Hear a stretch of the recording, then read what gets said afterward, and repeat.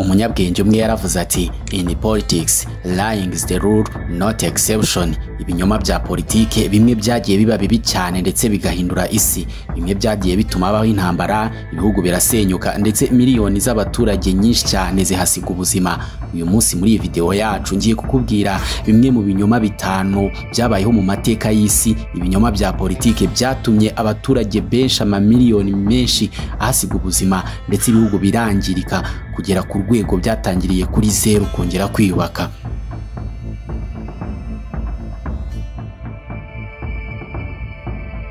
Ikinyoma cya mbere kitazibagirana mu mateka y'isi ni ikinyoma cyabereye mu kigobe cya Tonkin hafi y'amajyaruguru ya Vietnam. Ni nacyo kinyoma cyatumye intambara karundura yahuje Amerika ndetse na Vietnam itangira ubwo.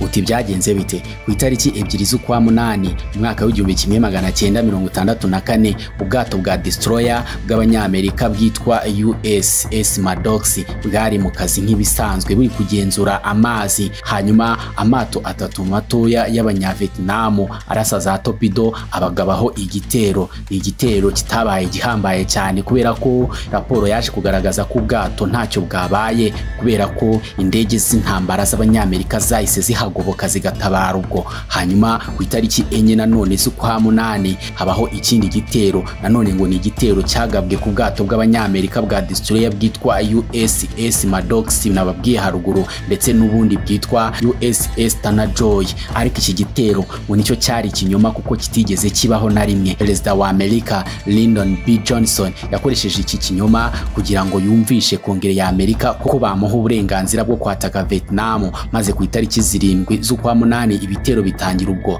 Ni ibitero byagabwe n'ingabo za Amerika zari ziri mu birindiro biri mu majyepfo y'amajyaruguru ya Aziya. Vietnam ndetse na Amerika bitangira gukozanyaho. Ni intambara yatwaye ibintu byinshi dore ko yamaze igihe kinini. Abaturage benshi bahasize ubuzima dore ko bivugwa ko miliyoni 2 kugera kuri 3 z'Abanyavietnam ndetse n'abasirikare ba Vietnam baguye muri iyo ntambara. Ndetse kandi nanone abasirikare bagera ku 58 b'Abanyamerika nabo bahasize ubuzima muri iyo ntambara ndetse abandi barakomereka ndetse abandi basigarana ibikomere by'imitekerereze. Biliyoni nyinshi z'amadolari y'Abanyamerika zahasigaye mu kurwana iyo ntambara, maze ubukungu bwa Amerika busubira inyuma ku rwego ruhambaye. Bituma habaho imyigaragambyo ihambaye cyane muri Amerika, ukwicanamo ibice ndetse no kutumvikana imbere muri guverinoma. Nubwo iyo ntambara yabaye ikagera kuri ubwo rwego, yatewe n'akantu gatoya, akantu ko kwibeshya cyangwa se ikinyoma, bitewe n'uko icyo gitero cya kabiri cyo ku itariki 4 z'ukwa munani kitigeze kibaho namba, dore ko ngo radari arizo zarebye nabi maze zigatanga amakuru ataraya nyayo, bikahita bituma perezida nawe ahita yifashisha ayo makuru maze akahita asaba Kongere ya Amerika kumuha uburenganzira bwo gutangiza intambara. Ikindi kinyoma cya kabiri cyabayeho mu mateka y'isi muri politike ni ikinyoma cyabayeho mu mwaka w'2003 aribwo Amerika yateraga Iraq. Ni ikinyoma gisa neza nk'icyabaye mu kigobe cya Tonkin. Hano guverinoma ya Amerika iyobowe na George Walker Bush yavuze ko Iraq ifite intwaro za kirimbuzi ndetse kandi kizo ntwaro zibangamiye umutekano w'isi. Ibi byatumye nanone Amerika itangiza intambara muri Iraq mu mwaka w'2003, ariko izo ntwaro za kirimbuzi ndetse naho zikorerwa nta na hamwe byigeze bisangwa. Ari byo byaje kuvugwa ko ari ikinyoma gihambaye cyane, ahubwo Amerika yashakaga kwigererayo kugira ngo yibonere peteroli, dore ko igihugu cya Iraq cyari gikungahaye cyane ndetse gifite n'ibigega byinshi bya peteroli. Ikinyoma rero cyatumye ibihumbi byinshi by'abaturage bihasiga ubuzima ndetse igihugu kirasenyuka, ibikorwa remezo birangirika, kongera kwiyubaka n'ubu ntago birashoboka. Ikindi kinyoma karundura gihambaye muri politike cyabayeho ku isi ni ikiswe Reichstag Fire, cyabayeho mu Budage mu mwaka w'1933. Iyi nyubako yari inyubako y'inteko ishinga amategeko y'Ubudage iherereye i Berlin, umurwa mukuru w'Ubudage nyine. Aho ngaho nyine muri iryo joro ryo ku itariki 27 z'ukwa kabiri 1933 iyi nyubako yafashwe n'inkongi y'umuriro maze igice kimwe kirasenyuka. Icyo gihe umugabo uturuka muri Netherlands wari umukomunisme witwaga Marinus van der Lubbe yarafunzwe nyine kubera ko yafatiwe hafi aho ngaho byabereye ndetse yaje kwemera ko ari niwe watangije umuriro. Muri uwo mwaka kandi mu kwa mbere 1933 Adolf Hitler yari yaragizwe chancellor w'Ubudage. Hitler iyi nkongi y'umuriro yahise yegeka ku bakomunisme karibo bayiteye bashaka guhirika ubutegetsi, ndetse yahise yihuta ajya no kumvisha Perezida Paul von Hindenburg kuba yasinya ku ibwiriza ryiswe Reichstag Fire Decree. Ni byabaye ku itariki ya 28 ukwa kabiri 1933. Hitler umuriro yawitiriye abakomuniste bose ko bashaka kwigarurira ubutegetsi ndetse no guhirika ubutegetsi, ariko mu by'ukuri nta kimenyetso na kimwe yari afite cyagaragaza ko kuko byakozwe n'abakomuniste cyangwa se ari umuntu ku giti cye. Ndetse kandi ikindi byaje kugaragara ko uyu mugabo wabikoze witwa Van der Lubbe yari afite ikibazo cyo mu mutwe, ndetse kandi ibi nanone byatumye Hitler atangira gufunga abanyapolitike batavugaga rumwe n'ishyaka ryari ku butegetsi ry'abanazi, ndetse akuraho n'ama-organisation menshi yaharaniraga uburenganzira bw'abantu avuga ko nyine arwanya ishyaka ry'abanazi. Iki kinyoma cyahise gihindura politike yose y'igihugu cy'Ubudage, ndetse kandi abantu benshi batangira kubaho mu bwoba ikinyoma, ndetse ari nako Hitler agenda azamuka mu ntera mu ishyaka ry'abanazi.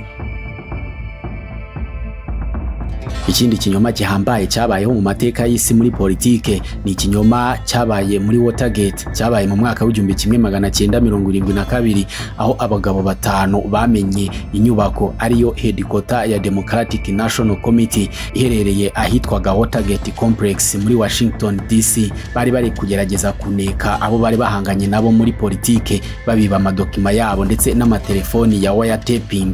Ibi ku itangiriro ntabwo byagaragaraga nk'ikibazo gikomeye cyane, ariko cyaje gukura kurusha uko abantu babitekerezaga. Uko iperereza ryagendaga rikomeza, byaze kugaragara ko ikipe ya Perezida Nixon nayo yari ibirimo igihe bari gupfumura iyo nyubako, ndetse kandi bagerageje guhisha ukuri no guhagarika investigation kugira ngo kuri kwa nyako kutamenyekana ko ibyabaye. Nibanga rikomeye cyane, hari ibiganiro byari byararikodinzwe bigaragaza nyine ibiganiro Nixon yagiye agirira mu White House. Amwe mu tepo hagaragajwe ko Perezida nyine Nixon yagerageje gukavaringa icyo cyaha, ndetse kandi tepo yaje kumenyekana cyane ni yiswe Smoking Gun tepo, igaragaza ko Nixon yarazi ibijyanye no gukavaringa iki cyaha. Ntabwo ibintu byagarukiye aho ngaho, kubera ko inkuru yahise itangira kuba kimomo, ndetse abanyamakuru bari bihangaje icyo gihe harimo nk'uwitwaga Bob Woodward ndetse na Carl Bernstein bakoreraga ikinyamakuru Washington Post. Bakoze ibishoboka byose kugira ngo ukuri kose bagushyira ahagaragara. Ibi byageze aho bijya hanze, hanyuma bamwe mu ikipe ya Nixon baza no kwemera icyaha. Ibi byaje gutuma habaho ikintu gihambaye cyane mu mateka ya Leta Zunze Ubumwe za Amerika, dore ko uyu Perezida Nixon ari we wabaye perezida wa mbere wa Leta Zunze Ubumwe za Amerika weguye ku mwanya w'ubuperezida, maze ku itariki 9 z'ukwa munani 1974 umuperezida ahita yegura, ndetse asimburwa n'uwari vice perezida we Gerald Ford. Ikindi kinyoma ari nacyo kinyoma cya nyuma mu binyoma naguteguriye muri politike byabaye agahebuzo, ni ikinyoma cyabaye mu mwaka w'2016 mu Bwongereza, aho mu Bwongereza habaye amatora kamaramaka yaragamije kuvana Ubwongereza muri European Union. Aya matora akaba yariswe Brexit, ndetse muri campaign abayobozi basezeranyije ibintu byinshi abaturage, ndetse abaturage batangira kumva ko ari ibintu byiza kuba bava muri European Union, ariko nyuma yaho abaturage baza gusanga ko ibyo basezeranyijwe byose nta na kimwe cyari ukuri kirimo. Dore uko byagenze.